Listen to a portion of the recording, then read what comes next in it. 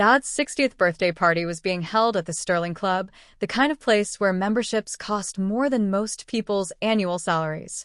My brother Blake had insisted on hosting it there. Nothing but the best for Theodore Hastings, founder and CEO of Hastings Manufacturing. I arrived exactly on time, wearing a simple navy dress that Blake would probably call boring, and Mom would politely suggest I dress up more. But I'd learned years ago that nothing I wore would ever be right in their eyes, so I stopped trying. The ballroom was already full of Dad's business associates, country club friends, and extended family. Blake stood near the bar, holding court with his fraternity brothers and Dad's executive team. He was in his element, loud, confident, already slightly drunk at 6 p.m. Mom spotted me first. "Oh, Vanessa. You came." "Of course I came. It's Dad's birthday." She gave me that familiar tight-lipped smile. "Well, you've been so busy with your little consulting work. We weren't sure you'd make time." My little consulting work was a thriving business analytics firm with 15 employees and seven-figure revenues, but I'd stopped correcting her years ago. Where should I put this? I held up the gift I'd brought, a first edition of Dad's favorite business book that I'd tracked down after 3 months of searching. "Oh, just put it on the table with the others." She was already looking past me, waving at someone more important. I set the carefully wrapped book among the pile of expensive golf clubs, designer watches, and premium whiskey bottles. My gift looked modest by comparison, but Dad would understand. At least, the father I'd known growing up would have. I wasn't sure about the man he'd become. "Vanessa." Blake's voice boomed across the room. "Look who decided to show up. Must have been a slow day at the office." His friends laughed. I smiled politely and headed toward the buffet table, helping myself to food while trying to be invisible. It was a skill I'd perfected over the years. Blake followed me because of course he did. You could have at least tried to look festive. This is a celebration." "I'm celebrating," I said calmly. "Quietly." "That's your problem, Ness. Everything's always quiet with you. No ambition, no drive. Dad built an empire and you're content running a little spreadsheet business." I took a bite of salmon and said nothing. Engaging with Blake when he was drinking never ended well. "But hey," he continued, draping an arm around my shoulders in a way that looked affectionate but felt possessive, "at least you'll be taken care of. Family's family, right? Even if you didn't earn it." I stepped away from his arm. "Excuse me." I found a quiet corner and ate my dinner, watching the party unfold. Dad was in his element too, glad-handing and networking even at his own birthday party. Mom floated between groups, playing the perfect hostess. Blake grew louder with each drink. And I stayed in my corner, invisible as always, until Dad stood up to give a speech. "Thank you all for coming," he said, his voice carrying across the ballroom. 60 years old. Hard to believe. Feels like just yesterday, I was starting Hastings Manufacturing in a rented garage with nothing but a drill press and a dream. Applause. Dad smiled, basking in it. I've been blessed in business and in life. Great friends, wonderful colleagues, and most importantly, family. He gestured toward Mom, who beamed. Then toward Blake, who stood up straighter. My son Blake, who's been working alongside me for the past 8 years. Learning the business inside and out. More applause. Blake actually took a small bow. Dad's eyes found me in my corner. "And my daughter Vanessa, who's always been, well, she's here tonight and that means a lot." Polite, scattered applause. I nodded slightly, used to being the afterthought. "I'm not getting any younger," Dad continued. "And I've been thinking a lot about legacy, about succession, about what happens to Hastings Manufacturing when I'm gone." The room went silent. This was what everyone had been waiting for. "I haven't made any final decisions yet," Dad said, and I saw Blake's face fall slightly. "But I want you all to know that the company is in good hands. The next generation of Hastings leadership is ready." He raised his glass. "To family, to business, and to the future." "To the future," everyone echoed. As the party continued, I noticed Blake pulling Dad aside, their heads close together in intense conversation. I couldn't hear what they were saying, but Blake's body language was urgent, almost pleading. Dad patted his shoulder and nodded. Blake's face broke into a huge grin. 20 minutes later, Blake was back with his friends at the bar, and I was close enough to hear their conversation while pretending to examine the dessert table. "It's happening," Blake said, his voice carrying that particular tone of drunk confidence.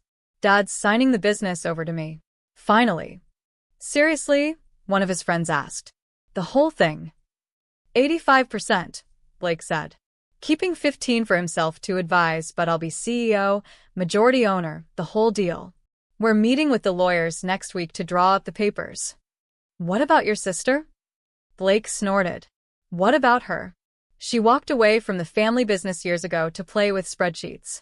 Dad's giving her some token payout, but the company goes to me. As it should. I've earned this. I've put in the work." "She doesn't deserve it anyway," another friend chimed in. "No offense, but she's barely even here half the time." "Exactly," Blake agreed. "Dad built this company for someone who'd appreciate it, who'd carry on the legacy. That's me, not her." They all raised their glasses in congratulations. I watched Blake's face, flushed with alcohol and triumph and certainty that he'd finally won. I picked up a small plate of dessert and went back to my corner. About an hour later, there was a small commotion at the entrance. A distinguished-looking man in his 60s had arrived, scanning the crowd. Dad spotted him and frowned. "Robert? I wasn't expecting you tonight." Robert Morrison, Dad's corporate attorney for 20 years, looked uncomfortable. "Theodore, I apologize for the intrusion, but there's an urgent matter we need to discuss. It can't wait until Monday." Urgent? "What kind of urgent?" Robert's eyes found me across the room, then looked back at Dad. "Perhaps somewhere private?" "Anything you need to say can be said here," Blake interjected, walking over. "We're all family and friends." Robert hesitated, then pulled out a folder from his briefcase. "Very well. Theodore, I received a formal notification this afternoon regarding Hastings Manufacturing's corporate structure. Specifically, regarding majority share ownership." "Yes," Dad said impatiently. "What about it?" "According to the documents filed with the State Corporation Commission, you currently own 43% of Hastings Manufacturing." "I know that," Dad said. "I sold some shares years ago for capital, but I'm still the majority shareholder and CEO."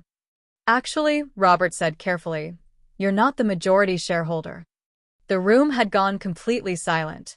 Everyone was listening now. Blake laughed. "Of course he is. Who else would?" "Your sister," Robert interrupted, looking directly at Blake. "Vanessa holds 81% of voting shares in Hastings Manufacturing. She's held majority control for 7 years. The glass in Blake's hand slipped and shattered on the marble floor. The silence that followed was absolute. "That's impossible," Dad said, his face going pale. "I never sold her." "You didn't," Robert agreed. "Harold Hastings did." "Grandpa," Blake stammered. "Grandpa's been dead for 9 years. 8 years and 7 months, I said quietly, speaking for the first time. "He died 2 weeks after I graduated from business school." All eyes turned to me. Robert nodded. "Harold Hastings owned 51% of the company as founder.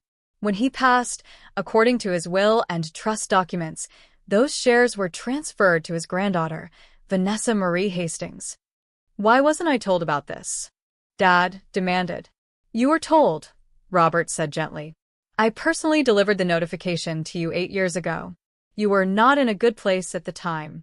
Your father's death hit you hard. You said you'd deal with it later and never followed up." I watched Dad's face as memory struggled through denial. His father had died suddenly, a heart attack at 72. Dad had been devastated, barely functional for months. "I don't remember," Dad started.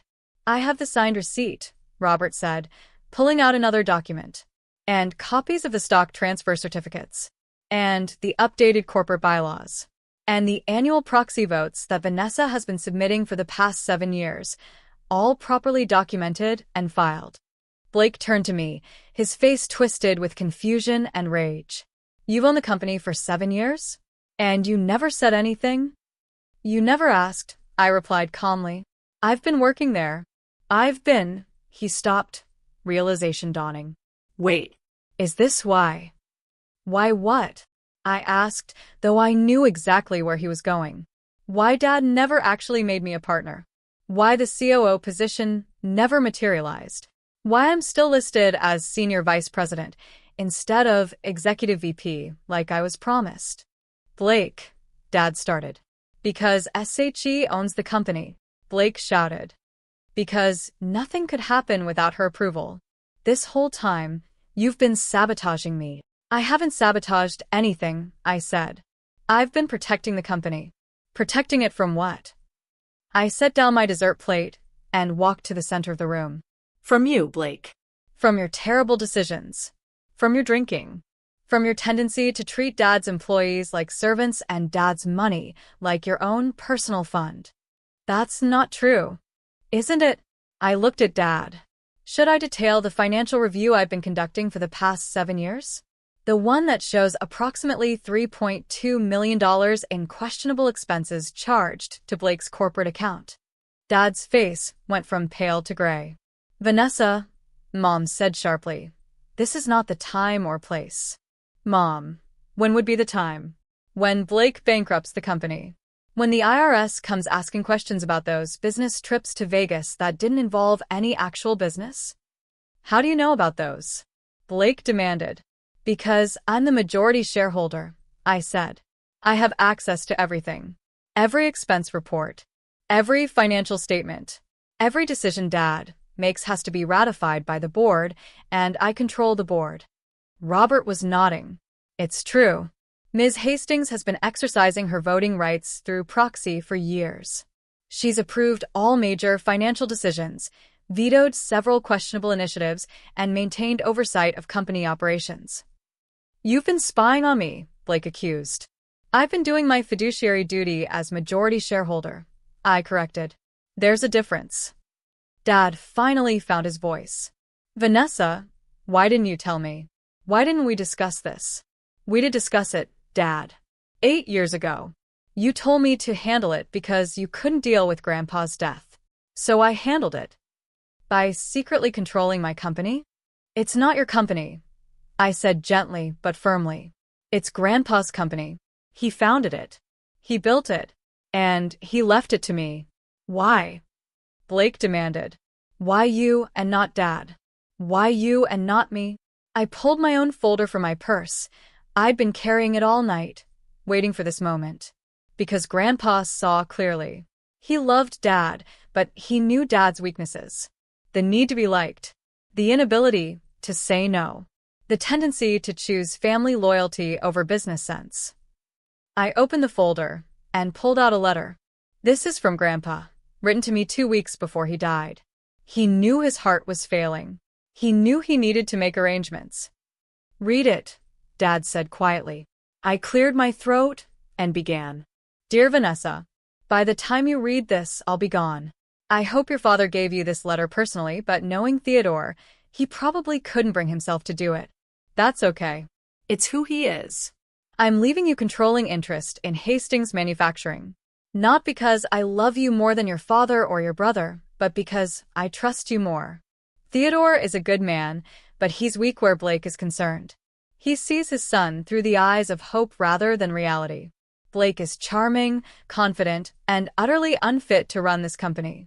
You, on the other hand, have something your brother lacks: integrity.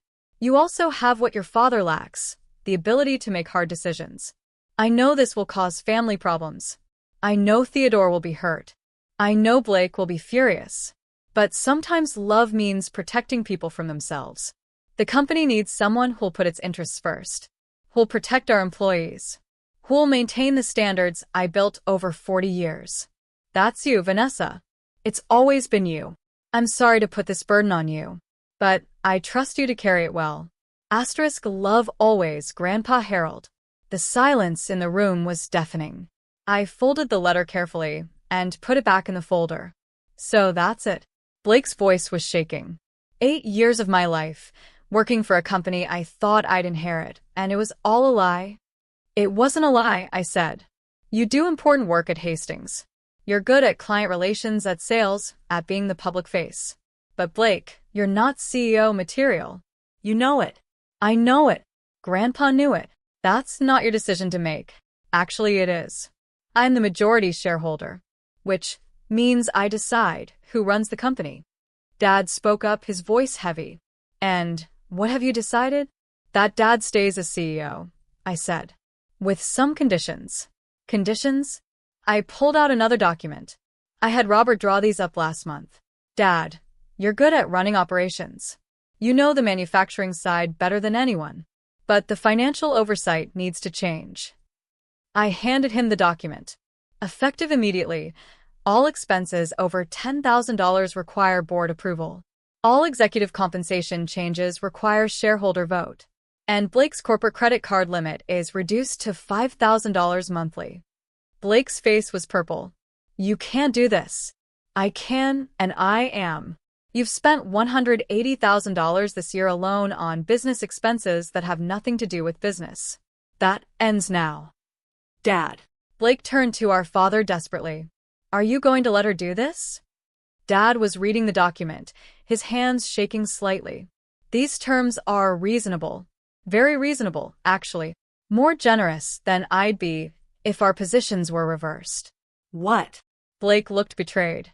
Son, she's right. About the expenses. About the oversight. I've been letting things slide because... He trailed off, looking at me with something like shame. Because you're my son, and I wanted to believe the best. So that's it. Blake looked around wildly at the assembled guests, most of whom were staring at their drinks, at the floor, anywhere but at the family drama unfolding. Everyone's just going to let her waltz in here and take over? I'm not taking over, I said patiently. I've been the majority owner for 7 years. I'm just done being invisible while you run the company into the ground. Blake grabbed his jacket. I'm done. I quit. You can run your precious company yourself. Blake, wait. Dad started. But Blake was already storming out, his friends trailing awkwardly behind him. The party, unsurprisingly, ended shortly after that. Dad called an emergency board meeting for Monday morning. I drove down from my home office Sunday night, checking into a hotel near Hastings Manufacturing Headquarters. I hadn't been to the facility in 3 years. I'd done all my shareholder duties remotely, reviewing documents, attending board meetings via video conference, exercising my proxy votes. But I'd never set foot on the property since Grandpa's funeral. Walking through those doors felt surreal. The receptionist didn't recognize me. Can I help you? Vanessa Hastings. I'm here for the board meeting. Her eyes widened. Oh, Ms. Hastings. I'm so sorry, I didn't realize. Please go right up.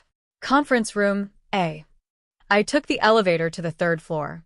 The executive suite looked exactly as I remembered. Same dark wood paneling, same corporate photography, same slightly musty smell of old carpet. The conference room was full. Dad sat at the head of the table, looking like he'd aged a decade over the weekend. The 5 board members, all old friends of Grandpa's who'd served for years, sat in awkward silence. Vanessa, Dad said quietly. Thank you for coming. Of course. I took the seat at the opposite end of the table, the seat Grandpa used to occupy. Shall we begin? Asked Martin Chen, the board's senior member. Dad cleared his throat. As you're all aware, some information came to light this weekend regarding the company's ownership structure. Information I should have been clearer about years ago. He looked at me. Vanessa, would you like to address the board? I stood, pulling out my laptop. I've prepared a presentation. If I may. For the next hour, I walked them through everything. The share transfer. 7 years of proxy votes. Financial analyses. Blake's expense reports. Concerning patterns in company spending. Areas of inefficiency. Opportunities for growth. I'd been doing this work for years, but always remotely, always quietly. Now I laid it all out in detail. When I finished, Martin spoke first. This is thorough. Very thorough. I take my responsibilities seriously, I said. Clearly. Theodore, were you aware of all this? Dad shook his head. Not the details. Not the extent. I knew Vanessa voted by proxy, but I didn't realize she was conducting this level of oversight. Because you never asked, I said gently. And I didn't force the issue. But things have changed. Blake's spending is unsustainable. The company needs restructuring. And I can't do this remotely anymore. What are you proposing? Asked Janet Wu, the CFO. That I take a more active role. Not as CEO. Dad's good at that. But as chair of the board. Active oversight. Weekly meetings. Direct involvement in major decisions. I looked at Dad. I'm not trying to push you out, but I can't be a passive shareholder anymore. Dad nodded slowly. I understand. And you're right. About all of it. I've been negligent. In many ways. The board voted unanimously to approve my proposal. I was officially chair of the board of Hastings Manufacturing. After the meeting, Dad asked me to stay. I owe you an apology, he said once we were alone. Many apologies, actually. Dad. Let me finish. I've been a terrible father to you, Vanessa. Not intentionally, but that doesn't make it better. I always favored Blake. Always saw him as my successor. Always dismissed your accomplishments because they weren't what I wanted you to accomplish. He sat down heavily. Your grandfather saw what I couldn't. Or wouldn't. That Blake is charming but irresponsible. That you have the integrity and intelligence this company needs. That I was too weak to admit it. You're not weak, Dad. I am. Especially where Blake is concerned. I wanted so badly for him to be ready. To be worthy. I overlooked everything that proved otherwise. What are you going to do about Blake? I asked. Dad sighed. I don't know. He's not speaking to me. Your mother is furious with both of us. The family's fractured. The family's been fractured for years, I said quietly. We're just finally being honest about it. Blake showed up at my hotel that night, drunk and angry. You destroyed everything, he slurred when I opened the door. 8 years of my life. My future. My relationship with Dad. All of it. Blake, you're drunk. Go home. Home. He laughed bitterly. To what? To Mom crying? To Dad not looking at me? To knowing that my little sister has been pulling the strings this whole time? I wasn't pulling strings. I was protecting the company. From me. You were protecting it from me. He pushed into the room, and I let him, because fighting a drunk Blake never worked. You think you're so much better than me. So much smarter. So much more worthy. I don't think that. Yes, you do, he shouted. You and Grandpa both. You both decided I wasn't good enough. Wasn't smart enough. Wasn't worthy of the family business. Blake, sit down. Please. He collapsed into a chair, his anger dissolving into something that looked like grief. I tried so hard. For 8 years, I worked my ass off. And it didn't matter. Because you owned it all along. You didn't work that hard, I said gently but honestly. You came in late, left early, took long lunches, charged personal expenses to the company. I have the records, Blake. All of them. Because it didn't matter. He looked up at me with red eyes. Why work hard when the outcome was predetermined? When my baby sister already owned everything? You didn't know I owned it. You worked that way because that's who you are. The truth of that hung in the air between us. What happens now? He asked finally. That depends on you. On me. I sat down across from him. You're still senior VP. You still have a job. You're still good at client relations. If you can get your spending under control, if you can show up consistently, if you can actually do the work you're being paid for, then you keep that position. Under your supervision. Under appropriate oversight, yes. That's how businesses work, Blake. Especially when you've proven you can't be trusted with unlimited funds. He was quiet for a long moment. And if I can't do that? If I can't work for my little sister? Then you resign, and we part ways professionally. You'd still be family, but you wouldn't be at Hastings. Some choice. It's more of a choice than you've given Dad for 8 years, I pointed out. You've been running up expenses, making promises to clients without board approval, treating the company like your personal playground. At least I'm giving you an option to fix it. He stood up, swaying slightly. I need to think. Take your time. But Blake. He paused at the door. Get help. For the drinking. Please. He left without responding. Blake did get help. Not immediately. It took another month of spiraling before he finally checked himself into a treatment program. 60 days inpatient, followed by intensive outpatient therapy. When he came back to work, he was different. Quieter. More focused. Actually present in meetings instead of just physically there. I'd restructured his role while he was gone. Smaller client portfolio. Direct supervision from Janet. Strict expense limits. He accepted it without argument. "I'm not happy about this," he told me in our first one-on-one meeting after his return. "But I'm trying to understand it. That's all I ask." I talked a lot about family in therapy, about being the golden child, about how that messed me up in ways I didn't realize. And I'm starting to see how I treated you. How we all treated you. Like, you didn't matter because you weren't who we wanted you to be. Blake. No, let me say this. I'm sorry. For all of it. For the dismissal, the mockery, the assumptions. For taking credit for work you were doing behind the scenes. For never once asking if you wanted to be involved. It was the first real apology I'd ever gotten from him. "Thank you," I said. "That means a lot." "I don't know if we can have a real relationship," he continued. "Brother-sister, not just boss-employee. But I'd like to try. If you're willing." "I'm willing," I said. "But Blake, it has to be real. Not just you wanting back into my good graces for business reasons." "I know. I'm in therapy twice a week. Working on it. All of it. We weren't close. Probably never would be. But it was something. With active oversight, Hastings Manufacturing transformed. I brought in consultants to streamline operations.